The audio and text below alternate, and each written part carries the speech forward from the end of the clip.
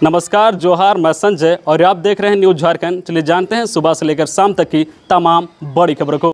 पहली बड़ी खबर की बात करें तो झारखंड एकेडमिक काउंसलिंग दुर्गा पूजा के बाद रजिस्ट्रेशन शुरू होने की उम्मीद। 9वीं और 11वीं का नहीं शुरू हो सका है रजिस्ट्रेशन। राज्य के हाई और +2 स्कूलों में पढ़ रहे 9वीं और 11वीं के छात्र छात्राओं का रजिस्ट्रेशन अब तक शुरू नहीं हो सका है। हर वर्ष अक्टूबर की शुरुआत से ही रजिस्ट्रेशन की प्रक्रिया शुरू हो जाती थी, लेकिन इस साल झारखंड एकेडमिक काउंसलिंग में अध्यक्ष और उपाध्यक्ष के नहीं रहने की वजह से यह शुरू नहीं हो सकी है। जैक के अध्यक्ष और उपाध्यक्ष का पद 15 सितंबर से ही खाली है। 14 सितंबर को पूर्व अध्यक्ष अरविंद प्रसाद सिंह और उपाध्यक्ष फूल सिंह का कार्यकाल समाप्त हो गया था। अध्यक्ष और उपाध्यक्ष की मंजूरी के बिना जैक की ओर से रजिस्ट्रेशन की प्रक्रिया शुरू करने में परेशानी है। ऐसे में जैक अब नए अध्यक्ष और उपाध्यक्ष की बाट जो रहा है। उम्मीद की जा रही है कि दुर्गा पूजा के बाद जैक को नया अध्यक्ष और उपाध्यक्ष मिलेंगे। इसके बाद सबसे पहले 9वीं और 11वीं के छात्र छात्राओं के रजिस्ट्रेशन की प्रक्रिया शुरू की जाएगी। अगली बड़ी खबर की बात करें तो हजारीबाग में सड़क हादसे में 2 की मौत, 6 घायल। दनुआ घाटी में अनियंत्रित होकर 30 फीट नीचे खाई में गिरा पिकअप, सवार 8 लोग जा रहे थे बिहार। चौपारण में सोमवार की सुबह सड़क हादसे में 2 मजदूर की मौत हो गई है, 6 लोग घायल हो गए हैं। जीटी रोड दनुआ घाटी में पिकअप अनियंत्रित होकर डिवाइडर से टकराया और 30 फीट नीचे खाई में जा गिरा। स्थानीय लोग की मदद से पिकअप में सवार सभी घायलों को इलाज के लिए एम्बुलेंस से अस्पताल ले जाया गया है। इलाज के दौरान 2 लोगों की मौत हो गई है, वही 6 की हालत गंभीर बनी हुई है। सभी मजदूर देवघर के बसपुटिया से बिहार के सिर घाटी मजदूरी करने जा रहे थे। अगली बड़ी खबर की बात करें तो 2 दिन बाद बदलेगा मौसम। चक्रवात के कारण 13 व 14 को होगी बारिश। आज सोमवार की सुबह से ही राजधानी रांची समेत राज्य में धूप खिली हुई है। शहर में आर्द्रता का स्तर 87% है, वही हल्की हवा चलने से मौसम सुहाना हो गया है। मौसम विभाग के अनुसार राजधानी रांची समेत पूरे राज्य में मौसम अगले 2 दिनों तक शुष्क बना रहेगा। इसके बाद मौसम में बदलाव होने की संभावना है। अंडमान समुद्र और बंगाल की खाड़ी में एक कम दबाव का क्षेत्र बन रहा है। इसके अगले 36 घंटों में मार्क हो जाने की संभावना है। इसके बाद यह उत्तर पश्चिमी की तरफ बढ़ते हुए आंध्र प्रदेश और उड़ीसा के तटीय क्षेत्र में टकरा सकता है। इस कारण आंध्र प्रदेश और उड़ीसा में भारी बारिश की संभावना है। वही इसका असर झारखंड व अन्य राज्यों में भी देखने को मिलेगा। इस कारण झारखंड में 13 और 14 को झारखंड के कई जिलों में हल्के से लेकर मध्यम दर्जे की बारिश रिकॉर्ड की जा सकती है। इसके बाद फिर से मौसम सामान्य हो जाएगा। अगली बड़ी खबर की बात करें तो जमशेदपुर में 750 बेड के स्टेट ऑफ आर्ट अस्पताल का होगा निर्माण। 60 साल पूर्व बने जमशेदपुर के एमजीएम मेडिकल कॉलेज एंड अस्पताल का भवन जर्जर हो गया है। इसे देखते हुए वर्तमान भवन को अनुपयोगी घोषित करते हुए नए भवन का निर्माण होगा।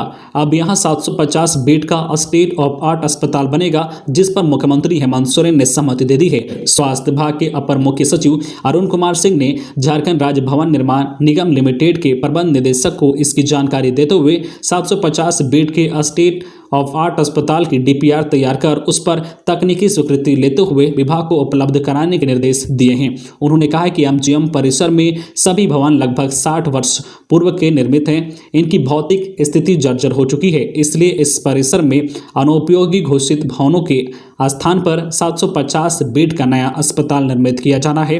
खबरों में आगे बढ़ने से पहले आपसे रिक्वेस्ट है कि अगर आप चैनल को सब्सक्राइब नहीं किए हैं तो प्लीज चैनल को सब्सक्राइब करके बेल आइकन प्रेस कर दे, जिससे आपको झारखंड की हर छोटी बड़ी खबर का अपडेट आप तक पहुंचता रहे। चलिए बढ़ते हैं खबरों की ओर। अगली बड़ी खबर की बात करें तो केंद्रीय गृह राज्य मंत्री को बर्खास्त करने की मांग को लेकर झारखंड कांग्रेस का प्रदर्शन। धरना पर बैठे प्रदेश अध्यक्ष झारखंड कांग्रेस रांची में राजभवन के समक्ष प्रदर्शन कर रही है। पार्टी के नेता केंद्रीय गृह राज्य मंत्री को बर्खास्त करने की मांग कर रहे हैं। राजभवन के समक्ष कांग्रेस के प्रदेश अध्यक्ष व अन्य नेता मौन व्रत पर बैठे हैं। केंद्रीय गृह राज्य मंत्री अजय मिश्रा को तत्काल बर्खास्त करने तथा लखीमपुर में जघन्य हत्याकांड की निष्पक्ष जांच की मांग को लेकर झारखंड प्रदेश कांग्रेस कमेटी के तत्वाधान में राजभवन रांची के समक्ष मौन व्रत कार्यक्रम किया गया है। इसमें प्रदेश कांग्रेस कमेटी के अध्यक्ष राजेश ठाकुर के साथ पदाधिकारी और कार्यकर्ता शामिल हैं। मंत्री आलमगीर आलम, बादल पत्रलेख, गीता कोड़ा, विधायक ममता देवी भी शामिल हैं। अगली बड़ी खबर की बात करें तो रांची में ट्रैफिक समस्या को लेकर पुलिस को करे फोन।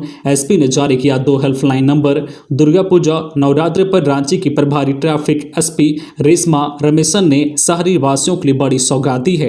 ट्रैफिक समस्या समाधान के लिए 2 हेल्पलाइन नंबर जारी किए गए हैं। रांची के लोग ट्रैफिक से जुड़ी किसी भी प्रकार की समस्या के लिए इस हेल्पलाइन नंबर पर फोन कर सकते हैं। हेल्पलाइन नंबर सुबह 8 बजे से रात 8 बजे तक चालू रहेगा। प्रभारी ट्रैफिक एसपी ने कहा है कि भीड़ भाड़ में राहगीर को किसी प्रकार की परेशानी का सामना न करना पड़े, इसके लिए कदम उठाया गया है। अगली बड़ी खबर की बात करें तो डीडीसी को निर्देश, पीएम आवास योजना स्वीकृति होने के साथ ही मिलेगी पहली किस्त।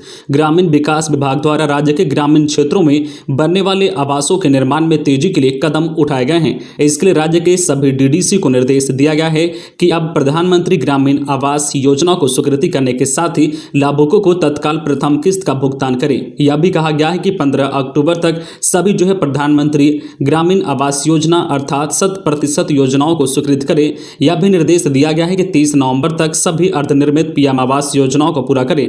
सभी जिलों के डीडीसी को कहा गया है कि वे इस योजना की स्वयं मॉनिटरिंग करें, अर्धनिर्मित पीएम आवास योजनाओं का निरीक्षण कर लाभुकों को किस्त प्रदान करें ताकि काम तेजी से हो सके। अगली बड़ी खबर की बात करें तो अधिवक्ता सुरक्षा कानून के लिए वकील करेंगे आंदोलन। झारखंड के वकील आंदोलन के मूड में हैं। अधिवक्ता सुरक्षा कानून लागू नहीं करने और नए हाईकोर्ट परिसर में वकीलों को पर्याप्त चैम्बर और अन्य सुविधा नहीं मिलने पर वकील आक्रोशित हैं और आंदोलन की तैयारी कर रहे हैं। 21 अक्टूबर तक सरकार ने इन दोनों बिंदुओं पर ठोस निर्णय नहीं लिया तो किसी भी दिन वकील न्यायिक कार्य का बहिष्कार करने के साथ ही विरोध प्रदर्शन भी करेंगे। बार काउंसिल का एक प्रतिनिधिमंडल अधिवक्ता सुरक्षा कानून लागू करने के लिए राज्यपाल से मिलकर ज्ञापन सौंपेगा। बार काउंसिल के उपाध्यक्ष राजेश कुमार शुक्ला के अनुसार झारखंड में अधिवक्ता सुरक्षा कानून लागू करने के लिए 3 साल से प्रयास चल रहा है। अगली बड़ी खबर की बात करें तो डीजी रैंक में प्रोन्नत होंगे 2 अधिकारी। झारखंड पुलिस में डीजी रैंक में 2 आईपीएस अधिकारी की प्रोन्नति पर मुहर लग गई है। 1990 बैच के आईपीएस अनिल पाल्टा और 1991 बैच के आईपीएस ए नटराजन की डीजी रैंक में प्रोन्नति होगी।